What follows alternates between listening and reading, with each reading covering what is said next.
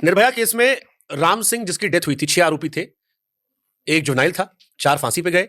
मुख्य आरोपी राम सिंह कहा था। फिर ये कहा गया कि राम सिंह को दारू पिला के तिहाड़ प्रशासन ने ही मरवा दिया। तिहाड़ प्रशासन ने जानबूझकर उसे हाई सिक्योरिटी में नहीं रखा। वो चाहते थे कि ये मुख्य आरोपी जो है जनता की भावनाओं का सम्मान करते हुए उसे थैंक यू कर दिया जाए और उसे मार दिया गया। बिल्कुल, ये सब सही कहा मैंने? ये मेरा एलिगेशन है, ये सरकारी वो नहीं है कि मैंने किताब में लिखा हो, मुझे ऐसा लगा। देखिए क्या है कि जेलर का सबसे पहला काम ये होता है कि आपने चाहे जितना मर्जी किसी ने हीनस ऑफेंस क्यों ना किया हो, आप जेलर हो यार, आपको सेफ एंड सिक्योर कस्टडी देना ये आपकी ड्यूटी है। आप कितना बड़ा पाप कर रहे हो अगर आप सेफ एंड सिक्योर कस्टडी किसी को नहीं दे रहे। इस समय आप जेलर थे? उस टाइम मैं लीगल एडवाइजर था, तो पर जो हाई सिक्योरिटी वार्ड में रखते हैं वो चीजें मैं रिकमेंड करता था। तो मैंने उस टाइम पे जो डीजी थी उनको कहा मैंने कि इनको जो है हाई सिक्योरिटी वार्ड में रखते थे। हाई सिक्योरिटी वार्ड का मतलब ये होता है कि वहाँ पे तमिलनाडु स्पेशल पुलिस होती है और 24 घंटे उसके ऊपर नजर रहती है। पर उनका मुझे रिस्पांस मिला कि नहीं तुम्हें क्या लेना इसमें, इनको मरने दो। मैंने कहा जी मर जाएंगे, क्योंकि वैसे भी रेपिस्ट के खिलाफ जो हमारे दूसरे प्रिजनर होते हैं उनकी काफी गंदा रिएक्शन होता है।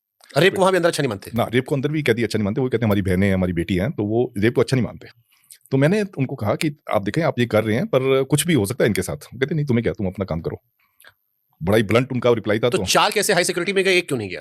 क्योंकि केवल राम सिंह जो था उसे नहीं भेजा गया, बाकी जितने थे मुकेश सिंह, विनय वर्मा, अक्षय ठाकुर, पवन गुप्ता, इन सबको अंदर ले गए थे। नहीं, हाई सिक्योरिटी में शायद इन्होंने किसी को नहीं रखा था, स्पेशल सिक्योरिटी में रखा था, पर राम सिंह को इन्होंने किसी और प्रिजनर के साथ रख दिया। ये भी आपका क्वेश्चन अच्छा है। इन्होंने राम सिंह को जेल नंबर 3 में किसी और प्रिजनर्स के साथ रख दिया। तो हमारे यहाँ लॉ ये कहते हैं कि जैसे कोई बंदा सुसाइड करता है या कोई अंदर अलार्म वगैरह होता है, कोई बात होती है, आप फौरन जो है आप हुटर होता है, हूटर बजा भूं करके जैसे पुलिस का होता है वो लगातार बजता रहता है। तो जैसे वो बजा तो मैं भागता हुआ गया, मुझे किसी ने बता दिया था कि उसने राम सिंह ने सुसाइड कर लिया। मैं भागता हुआ गया, मैंने वहां देखा कि करीब करीब 10 फीट ऊपर ग्रिल होगी। तो उस ग्रिल से उसने कोई साफा वगैरह अपनी गर्दन से बांध के उससे ऊपर से लटका हुआ था। जब वो आया था जेल में तो मैं इसको मिला था, जब वो जेल पे आया था जिस दिन, क्योंकि उसकी टेस्ट आइडेंटिफिकेशन पीरियड वगैरह होनी थी। सब कुछ हमारे यहाँ ना प्रेशर में बहुत चीजें होती हैं। मैंने पहली बार देखा था टेस्ट आइडेंटिफिकेशन पीरियड उनकी जो है रात के टाइम पे हो रही, नहीं तो टीआईपी जो जज करता है दिन के टाइम पे होता है, इसके लिए रात को। मैंने क्या होती है ये टेस्ट आइडेंटिफिकेशन पीरियड होती है जिसमें कि जो एक्यूज होता है, जो विटनेस होती है, वो एक्यूज को आइडेंटिफाई करता है कि ये बंदा था। तो इसमें जो लड़की का जो दोस्त था, वो लड़का वो आया था आइडेंटिफाई करने के लिए कि ये बंदे थे। तो दिन के टाइम होती है हमेशा, पर उसमें रात को हुई और मैं वहां बैठा था। तो उसके बाद मैंने इससे राम सिंह से पूछा, मैंने क्या बात हुई, क्यों किया तूने ऐसा? तो उसने जो अपना रीजन दिया, अनस्टेबल सा रीजन था। वो कहता है जी हमारे परिवार में तो ये सेक्स वगैरह जो ओपन में होता है सारा, तो ये लड़का लड़की पीछे बैठे हुए ऐसे अश्लील हरकतें कर रहे थे, हमने शराब पी थी, तो हमारे से ये गुनाह हो गया।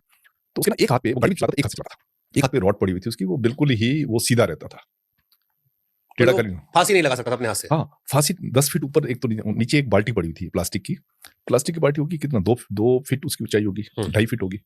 उसका कद जो था कोई 5.5 फीट का वो होगा राम सिंह।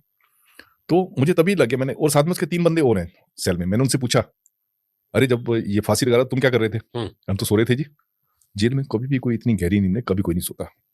हाँ, कि तुम्हारे सामने एक आदमी आया, ऊपर बांधा, बाल्टी रखा, चढ़ा। 50-60% लोगों का मैं आपको बता रहा हूँ जेल में आते हैं उनको नींद नहीं आती है। तो मैंने कहा तुम इतनी गहरी नींद में सो रहे थे? कहते हाँ जी हम तो, बड़ा उनका एरोगेंस थी उनकी बात करने में। तो मैं तब समझ गया मेरे को कि ये इसका मर्डर है। जनहित भावनाओं का सम्मान करती है, सोशल मीडिया या बाहर का दबाव, क्योंकि उसमें बहुत ज्यादा था। हाँ, बहुत ज्यादा। मुझे लगता है इससे गुस्सा कहीं नहीं देखा होगा। हाँ, इससे पहले मैंने रंगा बिल्ला में देखा था, तब भी ऐसे ही। हाँ, तब भी ऐसे same crime again, rape cases, same crime again.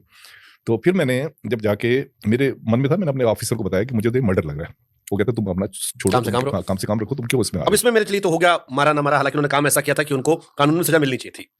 लेकिन जो ये मुकेश, विनय, अक्षय, पवन, 4 को फांसी हुई, ये सबके 6 के 6 गुनहगार थे, क्योंकि इसमें एक व्यक्ति ने कहा था जो शायद फल बेचता था कि मैं गुनहगार नहीं था, मैं इसके साथ कहीं घूमने गया था, बाद में मुझे उठा लिया गया। और उसके पिताजी भी। उसमें ना देखिए क्या है कि आप कमेंट्स नहीं कर सकते, क्योंकि जब कोर्ट ने उनको कह दिया कि इन्होंने गुनाह किया, तो उस पे I know one two comment कि उन्होंने गुनाह नहीं किया होगा। आपने संवाद तो किया होगा ना? मैंने जो संवाद किया था तो उस पे जो इसका भाई था, राम सिंह का भाई था, उसका नाम मुकेश था। तो जब राम सिंह ने उससे कुकर्म किया था तो मुकेश ने गाड़ी चलाई थी। तो मैंने कहा तूने क्यों ये? कहता मेरा भाई ने तो मेरे को बहुत मारता था, तो अगर वो मारता मुझे, अगर मैं गाड़ी ना चलाता, तो राम सिंह ने, तो इसलिए मैं गाड़ी चला रहा था। तो बारी बारी से लोगों ने उससे कुकर्म किया। तो इन्होंने देखो क्राइम तो किया, जैसे जुवेनाइल का कह रहे हैं कि जुवेनाइल ने सबसे ज्यादा किया था, पर हमारे देश में क्या है कि जुवेनाइल एक ऐसा सैक्रोसेंट चीज बन गई।